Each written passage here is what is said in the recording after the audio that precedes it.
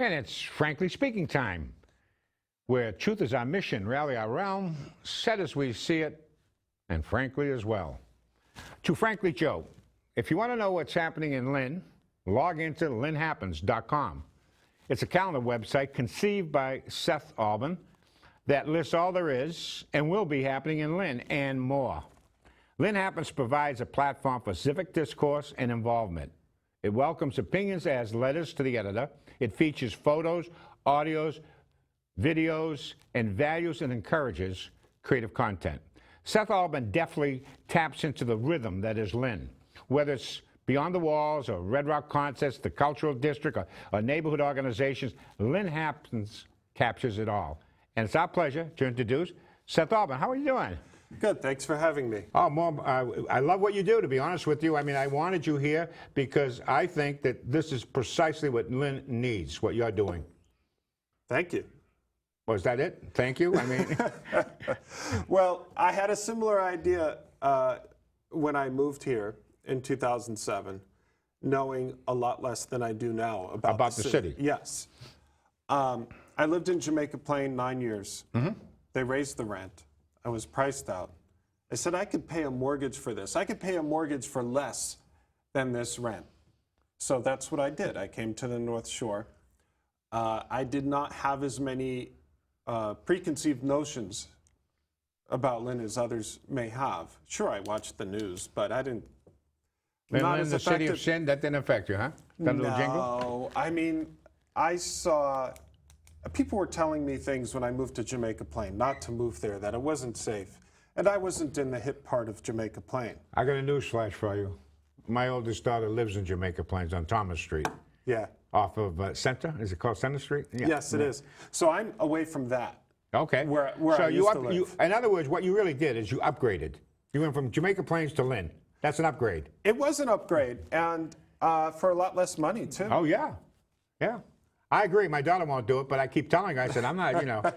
Well, there are a lot of good things going on there. I know we're not here to talk about that, but there's a music festival the last few years in Jamaica Plain. That's excellent. It's happening again in the fall. I keep an eye on it, but I wasn't involved there the way that I became involved in Lynn. You actually ran for office, too. Yes. And you did a commendable job. That's where I first ran into you. Ward 5. Yes. And you had come to Lynn. You were living in one of the loft apartments? Yeah, I still am. Well, I just think that's a great investment, and I like the downtown. And if I had the opportunity, if I were younger again, I think I'd do it myself. I mean, you can walk around. There's a lot has happened. Jamaica Plains has a lot of really nice boutique coffee shops and eateries. Lynn's starting to get them, and you're right about that. Yeah, but one thing that I like about Lynn and liked about Jamaica Plain is that it's still a mixed neighborhood. It is still diverse. You can have your coffee shop, mm-hmm. and you can have your bodega too. That's right.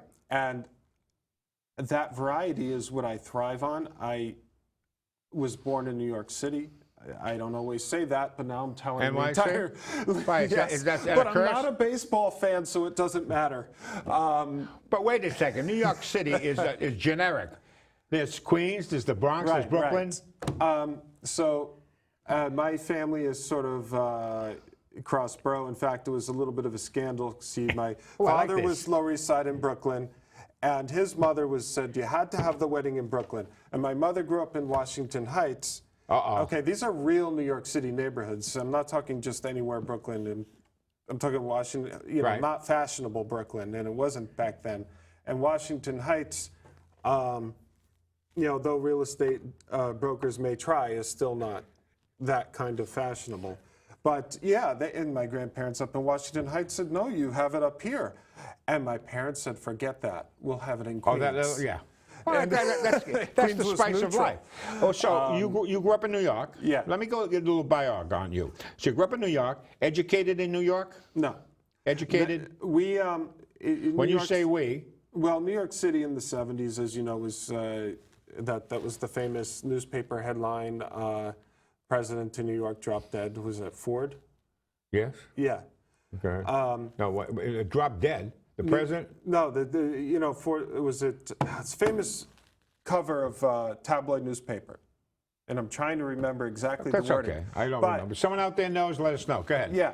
You know, New York City was in turmoil? bad shape. It was in okay. bad shape. I mean, it was financial turmoil. Yeah, I know And, that. I remember. So That was pre-Giuliani.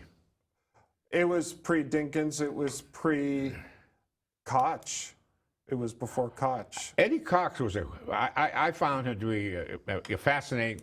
He was a good mayor, by the way. In fact, there was a guy, and we featured him here, who's considered the #1 mayor in the history of mayors in the United States. Was the little flower, Fiorino LaGuardia, the little flower. Yeah. Oh, yeah. But, well, Go ahead. my reviews of all those mayors are mixed, but we're not here to talk about New No, York I City understand mayors. it. I'm just.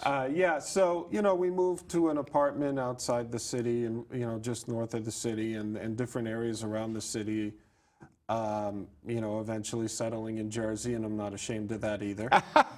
A Jersey boy? Yep. And, yeah, so I didn't have a lot of the preconceived notions about Lynn, but I saw some gorgeous buildings. I saw things that reminded me of Jamaica Plain, where I enjoyed living 9 years. I saw a space that I could afford. That's that was important. key. And I had 2 jobs on the North Shore. I was teaching full-time and working in public access, running a studio smaller than this for a North Shore community, part-time. So I was... You were an educator, is that correct? yeah. Teacher? Yeah. And what did you teach? Television? I taught this. Perfect. Video production. Where did you teach? Chelsea High. Chelsea. Yes. That's a fascinating town. I mean, there's a lot of activity took place there. So you're consistent, you know, in dealing with diverse communities that have energy. There's a certain spirit, a certain flash, pizzazz. It's hard to explain. I'm allergic to boring. You're allergic to boredom? Yes. That makes sense.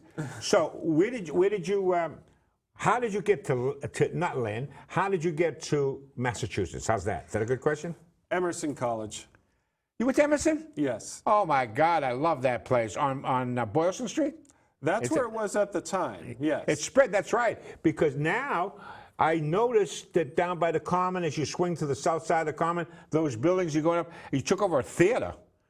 It's really expanded. Yeah, they recently saved the Paramount from... That's right. Yeah, it's beautiful in there. Actually, besides my own audio business, I do some work for a larger one, and I recently worked on a project in the Paramount. Beautiful space. Oh yeah. I mean, so it's interesting because what you've gone, Jamaica Plain made a rebound. When you got there, prior to your arrival, Jamaica Plain wasn't doing all that well. My daughter went to South End of Boston, not South Boston, the South End that was, it looked like bombed out shelters. She bought a brownstone very inexpensively, $1.50 or something like that, which was nothing back then, 1 floor. And then boom, boom, boom, and bought a few more floors, opened up some restaurants there, and the place started booming, the South End, and things moved. They moved from the South End, and she went to Jamaica Plains because that's where the opportunity were thereafter. So you were always on the cusp of a Renaissance era. Jamaica Plains Renaissance, Lynn Renaissance? Well, I'm hoping. It's not necessarily on purpose. I mean, I was renting in Jamaica Plain. I didn't profit from that. I was in a building on Forest Hill Street, the Forest Vale Apartments, that were mixed Section 8 and so-called market rate. But the so-called market rate was a little lower. Parking was included. They were big, high ceilings, open floor plan, and they were beautiful. And my neighbors were great. There were no downsides to living there from my perspective. In Jamaica Plain? In Jamaica Plain. And it was still primarily Section 8 when I left. I think it still is. Well, Section 8 doesn't necessarily mean that you're good, bad, or indifferent. You're human. Well, that's correct. So let's get to, you got to Lynn. Yeah. And you've been here a decade. Yeah. Right? You said 2007 when you told me you came here. Is that, Yes. Am I accurate on that? Yeah. And you got involved in the downtown area. Yeah. What do you hope to do with your site? With Lynnhappens, so the original site had a community bulletin board on it, but this was before Facebook groups and all that took off. So I jettisoned that. There was no need for it, and built up the calendar more. The original idea, besides the bulletin board, was to have a place to put city council meeting video, because before public access television was allowed to set up their equipment in there, and there were articles in the item saying the city council was concerned that they have stipulations on allowing them to go into broadcast in there. Remember, I worked in public access. I said, I know open meeting law. I know the rules. Any citizen with a camera can go in there and throw these videos online. And I would comment under item articles to that effect, until finally one day, as I was winding down my job in the other town, I had more time on my hands. I said, you know what, I'm any citizen, forget it, I'm going to do it. And so you did it. And so I did it, and eventually, and I think it was going to happen anyway. You know, people tell me I had something to do with it happening, but it was going to happen anyway. Maybe I made the process go through faster. Don't be so modest. Look, what I'm fascinated with is this. You're obviously civic-minded. You ran for office, but you're not a political animal. In fact, you don't like to talk about politicals. You're more interested in cultural issues, I suspect. Am I somewhere? I have about 10 opinions for everything, but I keep a lot of that to myself, where I'm trying to create a platform where everybody feels welcome. Okay. That's interesting, because too often, you know, Fox News, MSNBC, polarization. There's no middle ground, and there isn't. So you're looking for that middle space where most of us breathe and live. Yeah. I think that's a great idea. Now, let me ask you, if something's happening at Red Rock, you put it on your site, right? So you go out there and you gather all information about different happenings, things that are about to happen in Lynn. I noticed that you also did interviews with, for example, artists who are going to perform at the Lynn Auditorium. Oh, so I have a couple of writers. You do, yeah. Yeah. So Steve Duffy, no relation to the former city councilor. Well, maybe a relation, but not not that you know of. Yeah. Not. People ask me, is that the former city councilor? I'm like, no. And he's not Russian. Not related to the Russian. I'm being fresh. No, so Steve Duffy sends me twice a week an interview and a review. Okay. Sometimes there's shows happening at the auditorium. Sometimes it's North Shore Music Theater. Sometimes it's something happening in Boston. We are part of the greater, region. Yeah, I get you. Then occasionally Blake Maddox will also do an interview. So I have those two contributors. Not a lot of the content is written by me.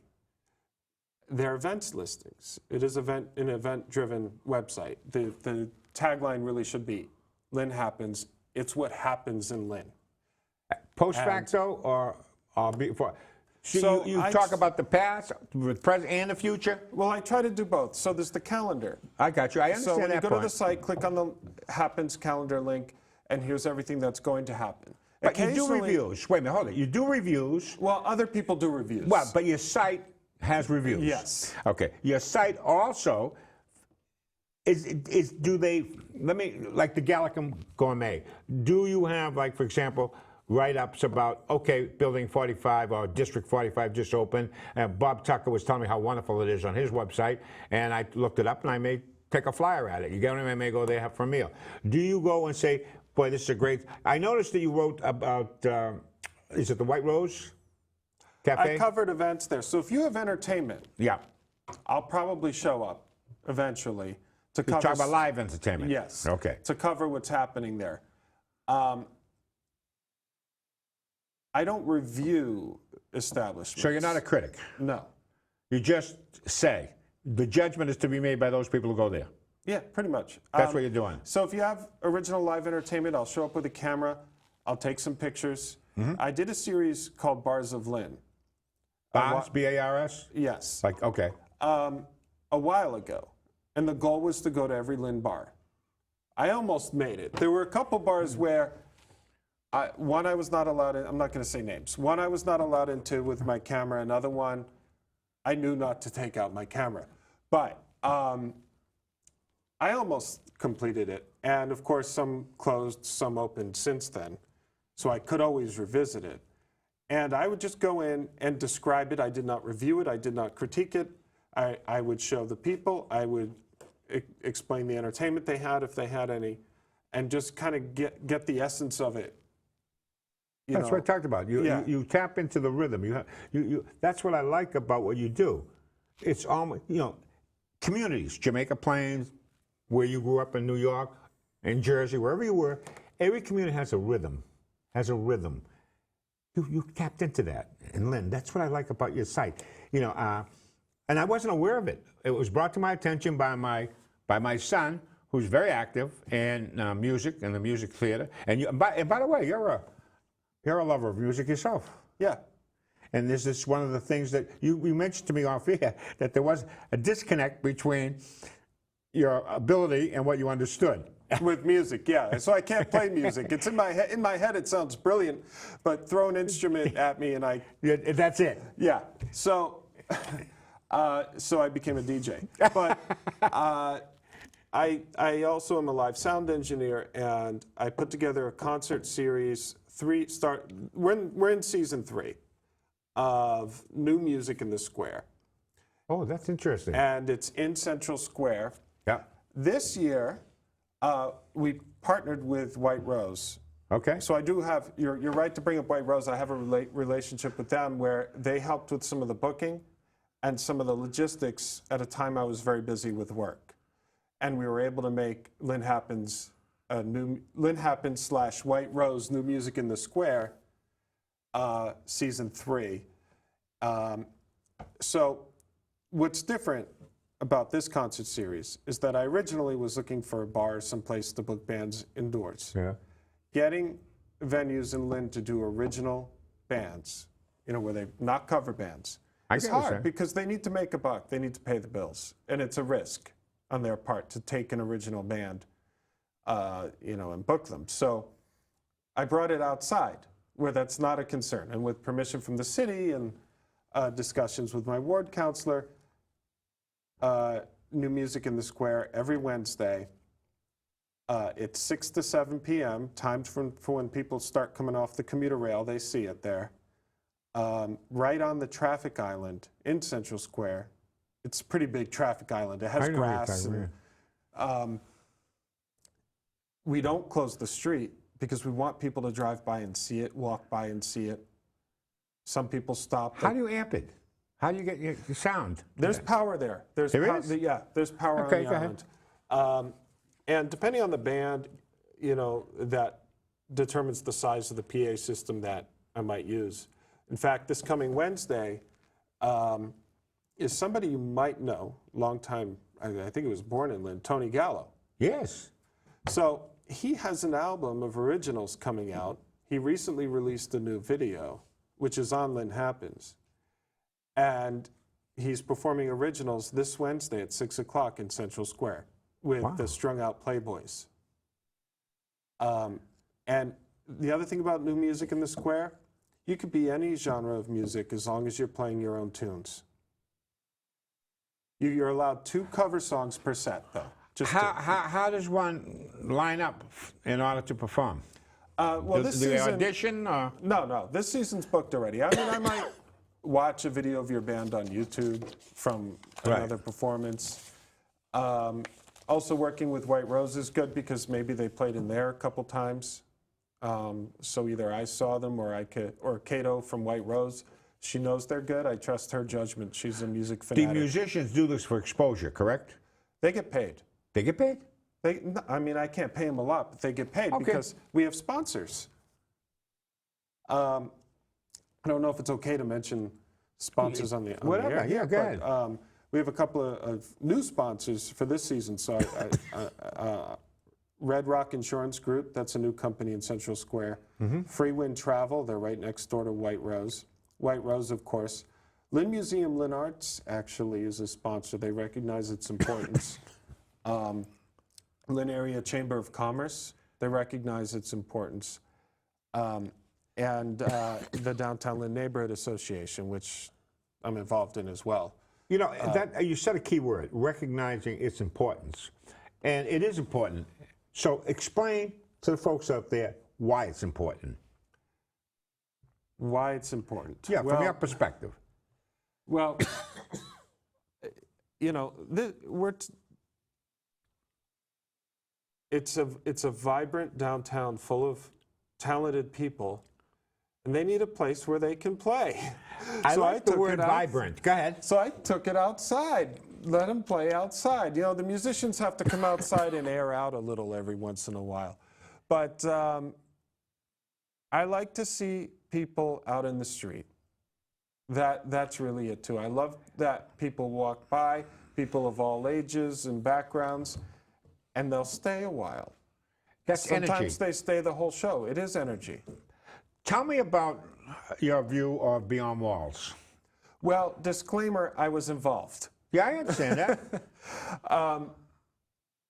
I think it's a wonderful project, and I am incredibly impressed at the skills of Al, Amanda, and Pedro, and Carla, and Mary, and Lawrence, and I'm just using first names of a lot of people who helped out and lent their skills to this project. Because logistically, it was a major challenge, logistically. Of course it was. And insurance-wise, I mean, you're dealing with the MBTA. There's some right up there. Yeah. And then, you know, you identify walls, you have to go through city records to contact the owners. You know, some respond, some don't, some are on board, some aren't. And, you know, and there it is. It Yeah, and there were happened. people in the street, which is what you're talking about. If Yes, people are in the street. people in the street. And you know what? You're not going to have crime if there's people on the street. You know That's that? right. Huh? I agree. It's, you know, and you have this energy and this. See, what I liked and what I like about your site, what I like about Beyond Walls, what I like about lighting up underneath the bridge in downtown Lynn, is that we're tapping into this thing that the French used to call élan, spirit, you know, panache. What that does is it makes a community feel good about itself. Okay? It has an identifier. So instead of saying Lynn, Lynn, the city of sin, I've always said, well, embrace it. Be a little risque. You know? Embrace it. Lynn has much to offer. Otherwise, you wouldn't be here, my friend. You know, you've been in New York, you've been in Jersey. That's not chopped liver. And Jamaica Plain, suburb of Boston. So your life has been surrounded by cultural activity, so to speak, right? And pretty diverse. You've been in a diverse environment. Yeah, long enough to know that I am not cut out for, you know, the farther flung burbs. That's for sure. But you're comfortable with your role. I mean, if you can call it a role, it sort of was a domino effect or happenstance. Okay. Play on the word happens. I mean, when I moved into the building where I am now, someone knocked on my door and said, hey, we're having people over tonight. Now, when I say moved in, I brought a few items over in my car. I didn't have a bed in the place yet. I had to go back to Jamaica Plain. I had to go teach in Chelsea the next day. But I could not turn down my neighbor's offer because that never happened to me before in Jamaica Plain. So that started it. And my building felt like a dome for 30-somethings, where we'd knock on each other's doors. We're going to dinner. And we also unified because we had issues with shoddy construction, the developer. A lot of things that have since been fixed, by the way. So you're comfortable with Lynn. You're happy with Lynn. Yeah, I was not as comfortable in the Back Bay. I was in Emerson dorms. At Emerson. And it's beautiful there. I know it is. But there was less to do, you know, unless it was related to what was going on at Emerson. In Jamaica Plain, I never really fully got involved because I was working on the North Shore most of the time. There was no real opportunity. I did also live in Brighton, near Alston, for a couple years before Jamaica Plain. I got involved in a community radio station there, which was sort of the path that led me to public Let me access stop you TV. there, because Lynn doesn't have a community radio station anymore, does it? Or does it? Not that I'm aware of. I'm not as quite in the loop about that as I once was. Well, we had a thing called LYM when I was a youngster that really was a, Well, isn't that what became WFNX eventually, right? I don't know. I'm probably right. But I mean, I think Lynn could use its own radio station. I think that would be great, but without also streaming online, it would be dead in the water. I understand. You have to do both, Even yeah. with streaming online, it's an enormous challenge because of the royalty rates that you have to pay to ASCAP, BMI, and CSAC. Musicians deserve to be paid, and I agree with that. These organizations pay the musicians fractions of a penny so that unless you're Beyonce, you're really not making the money. I mean, they offer health insurance. I'll give them that, but Which is expensive. but it makes it hard without YouTube, new bands wouldn't have a chance. YouTube is the great leveler. Anybody could be a publisher now. Without YouTube and Vimeo, Vimeo's like a better quality YouTube, more for the arts. Bands wouldn't, there's no more radio like there used to be. That's true. My students used YouTube to listen to music, more so than even Spotify or Pandora. Just let me stop you. Yeah. I heard you say my students. You still teaching? No. Oh, okay. My students, I stopped in 2016, but the program was slowly dismantled actually during my last 4 years there. It was... I want to do a little boasting because Beyond Walls, I actually preceded Beyond Walls. I want to put up what's called Beyond Joe's Walls. And I had nothing to do, and I decided to take a flyer at art, and I started painting my garage walls. So Pedro, if we can put up some of Joe's Beyond Walls as the one of my pieces, and my three little ladies, and then if we can move on to some of the other stuff I did quickly, that's on my garage wall. And here's another one. And lastly, and I'm thinking of doing more. So that's Joe's Beyond Walls stuff. Folks, I'll be more than happy to cut it off my wall if you're interested in buying it on an auction. Well, we have a number of galleries downtown where you might be able to show your work. Are you sure? Well, you can try. Submit it. I got to do a little promo. And we're going to put this up. We're going to be going live. Let's chuck this up there, Pedro. We're going to be going live in September, and it will be at 5 o'clock on a Wednesday night. So stay tuned, folks. We're working on it. We'll keep reminding you of it. The Paul and Joe Show going live in September. We have a little section here. We're going to have a little fun with it. It's called Witty. Now, I don't want to put you, because I know you don't want to get involved in national politics or social issues or controversial. And I agree, you don't have to. But I do. Witty. Let's get that Witty up there. If you have them, by the way, if you want to take a peek, I made you a sheets. Right underneath the clips, you'll find the, it looks like this. Oh. So you can follow along. If you want to comment on any of them, be my guest. Folks, if you really think the economy is more important than the environment, try holding your breath whilst you count your money. Dr. Guy McPherson. I kind of like that, to be honest with you. You know what happens to people who stay in the middle of the road? Do you know what happens to them, Seth? They get run over. So it's better to do what you're talking. Well, I don't know about that, right? I kind of like being in the middle of the road, rather than on the extremes. I like being the nail that sticks up. You do? Yeah. How about men argue, nature acts? Voltaire. Not bad, huh? Does that ring a bell to you at all? No? Well, who is it? Was it Neil deGrasse Tyson who said the great thing about science is that it's true whether you believe it in it or not? He did say that. Yeah. He did say that. Very good. I put my money, and this is fascinating, I put my money on the sun and solar energy. What a source of power. I hope we don't have to wait until oil and coal run out before we tackle that.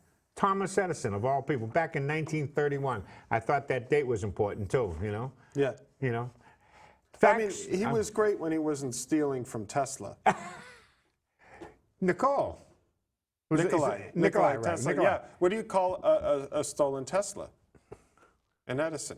Really? Yeah, referring to the car. But I saw that joke on the said. internet. A lot of folks don't know about that guy. I mean, he really was. You could argue that he made Einstein look like a child. I mean, he was electromagnetic. He did all kinds of wild stuff. Facts don't cease to exist because they are ignored. That was my boy, Huxley. Yeah. Brave New World. Things to think about. Seth, that's our next little segment here. Did you know bacteria is the only culture some people have? Fresh, isn't it? Mm. An engineer. That's you. You're a musical engineer. One who gets excited about things no one else cares about. Yeah, that's me. You think that's true, really? I have every kind of weird hobby. If it has buttons, knobs, switches, or That's you. faders on it, yeah. But you know what? I care about it, and I hope you folks out there care about it, because what's your site, I hope that everybody gets on their computer and punches into it, because there's a lot there, a lot of content, folks. Thank you. Never trust an atom. This is cute. Never trust an atom. They make up everything.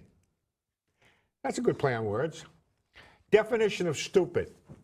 Knowing the truth, seeing the truth, but still believing the lies. You can take that any which way you want. You're going to like this one, Seth. 4% of Sweden's trash goes to landfill. The rest creates energy. That's a good thing. Yeah. That's a real good thing. No, folks, I want to background this a little bit, and we'll get back to things. I happen to go on a site, and you made mention, and the balance of our show is going to be working around that. You made mention of the fact of a middle school teacher who was trying to convince a kid that the earth wasn't flat, but that kid refused because some basketball star said that the earth was flat. And I responded by saying that a lot of people go to think that climate change is settled science because Al Gore said so. And then you retorted that Al Gore is not a scientist, and all he's trying to do is bring the issue forward. And I agree with that. So I thought that was a little fun, and I think I emailed you back that we'll talk about it on Tuesday, or this Wednesday, actually. So in any case, this is kind of background. So we're going to be talking a little bit about, I hope that you don't mind, about pollution, about environment, climate change, and things of that nature. Because it's good to know what is and what isn't. Yeah, you're making me feel bad for using this cup right now. Why Joe. is that? Why? This is not, it says Certified Sourcing Sustainable Forestry Initiative. Well, that's for the part that's paper, but it's coated with something that makes it not recyclable. So there are cups that aren't, well, that would be styrofoam, wouldn't it be? It feels like foam on the outside of this cup. So what a nice guy you are. You were going to say, listen, I'm violating my own trust, huh? Is that? Oh. Anyway, after the fact that Sweden, folks, the enlightened, the trash goes into land. Only 4% of their trash goes into landfill, and they convert the rest to energy. So, question, why is Toronto so clean? Answer, because all of its garbage is shipped to Detroit. Did you know that? I did not. And you know I'm why? probably going to Detroit It's soon. much cheaper for them because of their regulations, Canadian regulations regarding landfills and trash removal. It's cheaper for them to cart it over to the United States in Detroit, so they take it. That's hilarious. In fact, folks, this is awful. Canada's biggest export to the United States is trash. That's why they're sending their trash to us. And we turn around and we send our trash, #1 export, to China. And China turns around and recycles it and makes product from it and sells it back to us. It's hilarious. And think about all the energy and time spent shipping it. Yeah, but they still jack the price up. I mean, Walmart would go out of business if it wasn't for the recycled trash that we send. That's the raw material that China uses in order to sell it back to us. And I'm saying, why not keep it here and recycle it and build a product or make product from it rather than China? Well, it's because of China's lax environmental regulations. Good point. And we will not tolerate that here. Yeah, horrific. You're right. You know what really ticks me off? Pedro, can you throw up that picture, the one I have called Insanity? And what it says is 46,000, look at that, that's 46,000 pieces of plastic for every square mile of the ocean. That is utter insanity. And nothing drives me crazy than those plastic bags every time you go shopping that end up somehow on Lynn Beach. Yeah.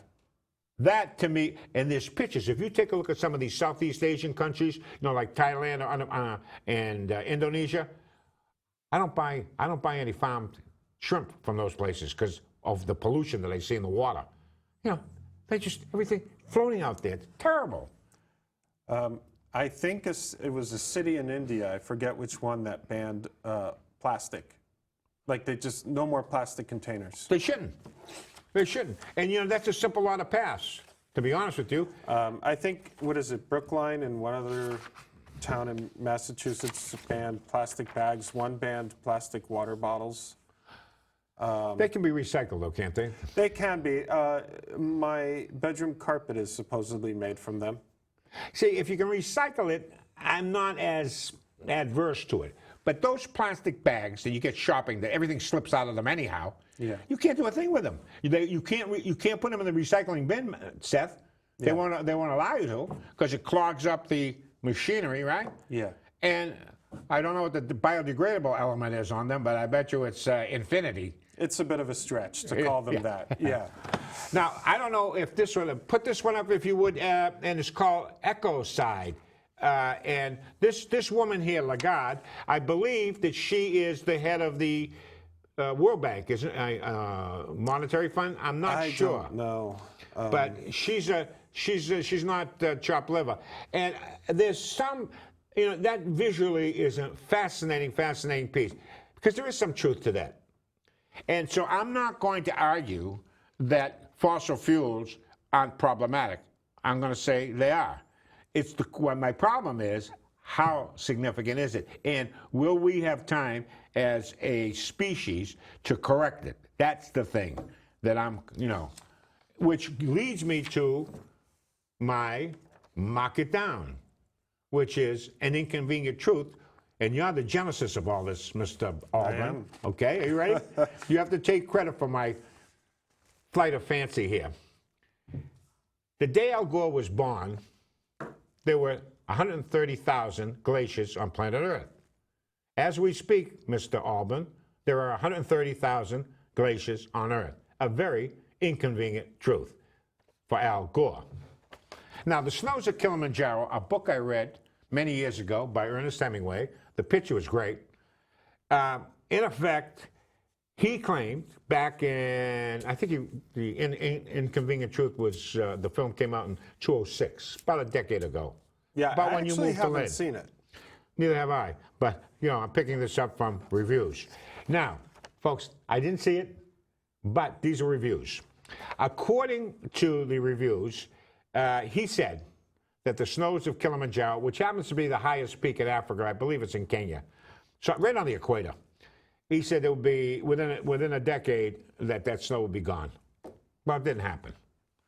And then, well, let me backtrack. Another inconvenient truth is that for more than a decade, Al Gore's film, An Inconvenient Truth, is alarmingly inaccurate. The snows of Kilimanjaro will be gone within the decade, exclaimed Al Gore, but it didn't happen. Storms would be more extreme and frequent, the film proclaimed. But according to the International Panel of Climate Change, IPCC, no significant observed trends in global tropical cyclone frequency over the past century. Whoops. So things have remained pretty constant. And by the way, that organization shared an award. What was it, the Peace Prize or whatever they got that Al Gore got? They shared it with them. So they're sympathetic to climate change. Right. This isn't a path I wanted to go down, but let me just say that just like I commented online, Al Gore's not a scientist. He's trying to get people to listen to scientists. But I'm going to add something I like to that my point. comment. That's a good point. Yeah. I'm going to add something to my comment is that he's not doing a great job. Well, I trust in the science. You said that. You said you trust science. And that global warming is real. I do not think it should be politicized. You don't politicize whether or not the Earth is round or flat either. But is Al Gore doing a good job in getting the message across? Unfortunately, not really. That's the point. The film furthermore warned that Greenland's ice was melting and that it would get into the Gulf Stream and stall it. And installing the Gulf Stream, which keeps, you know, Great Britain and those islands in northern Europe from being freezing cold, you know, that warm water from the Gulf of Mexico kisses their shores. known as the Gulf Stream, folks. Well, The other thing is Al Gore could get all his facts right. Let's pretend he did. Because he is a political figure. And because of the way he frames his documentaries, he's only going to be preaching to the choir. But, you know, here's what bothers me, Seth, and I'll close with this, and mark it down, folks. The real inconvenient truth is that Al Gore traffics far too often in unfounded assumptions and far too little on inconvenient truths. So that's where I have my problem. I'm not going to tell you, and I tend to agree with you. I tend to agree that climate change is real. Now, why is it happening? I'll work on that one with anybody. You know, is it man's fault? I don't know. And to what level? Is it normal cyclical action that resolves itself? I don't know. I'm not quite sure. Scientists are not universal in their thought. Science is not necessarily factual. Let me give you my point. Interesting, because Go ahead. remember the quote earlier from Neil deGrasse Tyson that the great thing about science is that it's true whether or not you believe in it, or whether you believe in it or not. That's one of the statements we made earlier. I made. Yeah. Huh. So, you know, to say that science isn't always true, well, if it's not true, it's not science. Well, that's semantics. See, and this is where I have a problem. Science at one time said that the center was the universe, the Earth was the center of the universe. Was that science, though, really? Yeah, it was at that time. It was at that time. It was the understanding they had at that time. And then along came Copernicus, who said, wait a second, hold it. And then he wasn't quite right either. He was on the trail to being right. See, science asks the questions. For example, evolution, which I happen to think is a plausible explanation for how you and I are now sitting here in front of a TV camera, which is remarkable. When you think about it, humans are remarkable creatures. I tend to think it's probably the way it happened, but it's a theory. It's not factual. That's the point. Well, when you can watch bacteria evolve, because they evolve so quickly, well, there's the evidence. Now, I'm not a scientist, and I don't want to be a stand-in for a scientist either. Yeah. I'm very, you know, I don't like to be an armchair anything. I either do or I don't with a lot of stuff. So that's one of the reasons why I'm uncomfortable talking about the topic, because I'm not a trained scientist. I don't have all the facts. No, but you know what? You made a very interesting point in that, is it legitimate to bring up a very important subject? Al Gore, you're right. It's an important subject to be talked about on using facts and by people who are reasonable. So the point I was trying to make is that you and Joe Spina would probably come through discussion to a very reasonable meet at the right place. That's what I'm saying. You're right. It's so politicized that, you know, they go to war with each other and nothing gets done. And this is why you don't like politics and you like to talk about it, and I agree with you, but, you know, I do a semi-political show. Oh, sure, you know? but it's the silos. So if you only watch MSNBC and you only watch Fox, you're in trouble. Yeah. Yeah. Yeah, I agree with that totally. All right, we got to, Jesus, time goes fast. Let's put up our Lynn Live, going live in September. So let's flash that little, you know, embed that into your cerebral cortex, and remember that come September, we'll be live Wednesday at 5. That rhymes, doesn't it? 2 comments. Oh, before I get into the comments, Lynn TV, LCTV, has launched an election section on their website with videos, blogs, and more for the candidates running for school committee, city council, and mayor. Visit lyntv.org/elections. You're also working on that, Lynnhappens, are you not? I mean, I heard a discussion between you and Dave. I tried it. I haven't ruled it out, but I did it last time around. Okay. I emailed all the candidates for all the races locally the same questionnaire at the same time. Well, I had a different set for school committee than I did for city council. Obviously, yeah. But it went out at the same time. The return was very poor. And I don't take down any posts on Lynnhappens, so you can go find it if you want. Right. But I thought it was embarrassing for the city. And now to hear that, you know, Out of 30, only 20 have replied here at the station, from what I understand. Is that correct? I think that's what Dave said, I believe. yeah, I don't remember the exact number, but I wasn't impressed with that either. I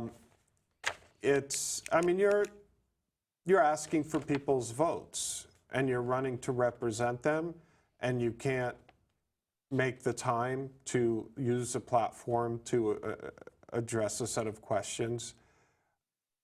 That doesn't speak well of a candidate. Now, one of the candidates that didn't respond to me, one with, you know, and I'm not saying any names, one with like a really large percentage of the votes. So was this candidate onto something, that it didn't matter? Maybe. Knowing you can win without having to go to a debate, knowing you can win without answering a question, so you don't do those things. But what does that say about you? That you're not trying to get your message out. You feel you don't have to. I don't think that speaks well of the candidate. I think when any news outlet, especially on local elections, you know, where we're LCTV, They should avail themselves of it. Yes, whether it's the item or the journal, it doesn't matter. But see, what the story is with Lynnhappens, and folks here on Lynn TV overall, okay, this happens to be an opinion show, commentary show, Yeah. okay? This is different. We're not a news organization. Try to bring some news to you. I try to be truthful. That's important to me. Do the best I can. As I said, my mission is to be truthful and to see things as we see them, to speak to them as we see them, and try to deal a little bit with reality. And what your platform has no desire to add anything but what they said and let people judge thereof. Right. So I will embed video of a debate either sponsored by LCTV or the Lynn Community Association. I'll post the video without commentary. That's what I do. And people can watch the debate. It's just another platform for watching the debate. That's something like C-SPAN. You know. Yeah, which doesn't make it sound very exciting, but No, but it is. You know? Look, if I remember that you had commentaries on individuals, you did reviews. I suspect that you probably have folks out there talking about different things in the city and saying, you talked about the Lynn Museum. I saw this wonderful picture you showed of an old shoe that was being, I mean, it's a beautiful, beautiful visual.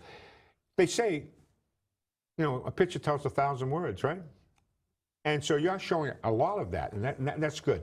I got to get to some of these comments. Sure. With due respect, Joe, that's me. This individual said that the artwork that we showed up there, by his definition, was graffiti. I have pulled many longtime people from Lynn, and they almost all agree with me. Art, yes. Graffiti, no. This is going to bring down people with money to the city. How should, let me read, how? Okay.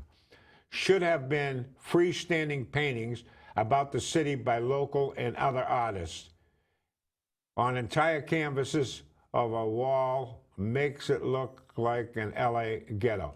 can I invite that person to an art opening that's going to feature freestanding paintings of the city? Do it right now. So I don't remember the date of the opening. It's in lynnhappens.com in the calendar. Okay. It is. So in the front galleries of the Lynn Arts building, and by the way, I'm on the board of Lynn Museum Lynn Arts. It's a combined organization. There is going to be an art opening of paintings of Lynn scenes. Scenes? Well, Yeah. there's, you know, everyone paints the tower, photographs the tower. It's beautiful. There's some paintings of that. But there's a lot of artists in that building with studios who are Lynners. And it sounds like this person would love it. Invite It's 'em. there. So you know what? You have to come to Downtown Lynn to see it. And then tell us about it. This is a response. He said, and this individual says, I guarantee you that if you polled the majority of people under the age of 50, which is interesting, they picked that, they would have thought this was a good thing, meaning beyond the walls. Walls are beyond the walls, yeah. Where was I here? it's an arts and culture district, which it is, Downtown Lynn, or you're trying to make it that, and it's on its way in gangbusters, thank you very much, are really saying you don't want to see any arts or culture anywhere? Like it or not, there's a large and diverse population in Lynn, which you spoke to, and there is. It is also, and I'm not going to read this part here because I don't want to get into issues of, some people are harping that the paintings were non-representative of Western civilization, and that troubles me, and I try to do that gently, without. Well, here's the thing, I told this to actually in a conversation I had with one of the candidates. If you try to have art that pleases everybody, you have the kind of art that you see on the walls of the Holiday Inn. We have to end it at that. That's a great way. Folks, Seth, thanks for being here. Folks, have yourself a great week. Be back, same time, same station. Be good. I hope that worked out for you.